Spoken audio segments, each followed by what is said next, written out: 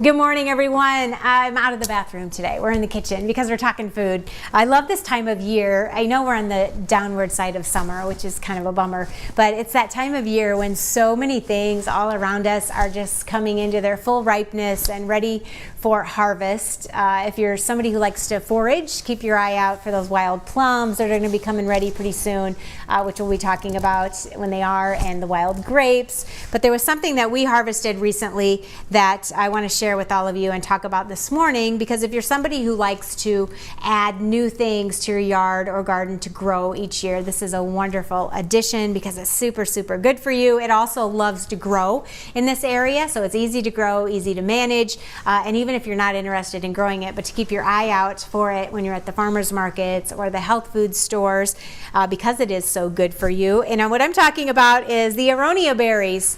The Aronia berry is actually known as a superfood, a superfruit. It is loaded with all kinds of goodies for us. It is, I believe they say, 3 times the antioxidants of the blueberry.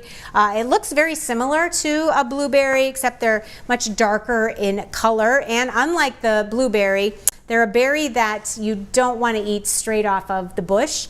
They're more bitter and tart in flavor, but they're very versatile. They are super good for us. There's so many uses and ways to incorporate them into our different dishes here in the kitchen. And as I had mentioned, it is an easy bush to grow. I have a couple of them that are several years old, and they're probably about 5-6 feet tall, and I get a really nice abundance of berries off of them each year. There have been no maintenance. I started off with a couple more cuttings than just the 2 bushes, but I didn't do a good job of protecting them when they were young, so they got gnawed on by either deer or rabbits, and so a couple of them didn't thrive.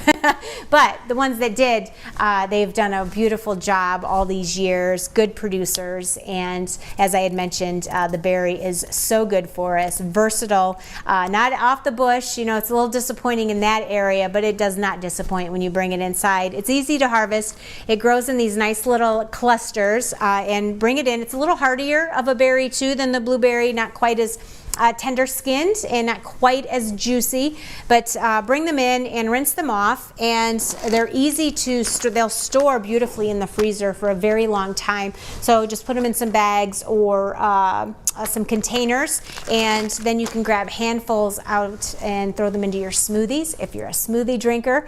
You can also just use them as you would any other berry. So I make these Aronia berry scones, which are really quite nice because the berry's a little tartar, but you get that sweetness from the dough. You could also mix in some other berries with it. It makes a really nice sauce that you can add to ice creams or like an angel food cake or a cheesecake. Not overly sweet, this beautiful color and a really unique flavor to it. And because this berry does take on the flavors of everything that you are mixing with it, it's also a great berry to use in some of your savory dishes. So adding it to your salsa recipes or your famous chili, it's really good thrown into a chili.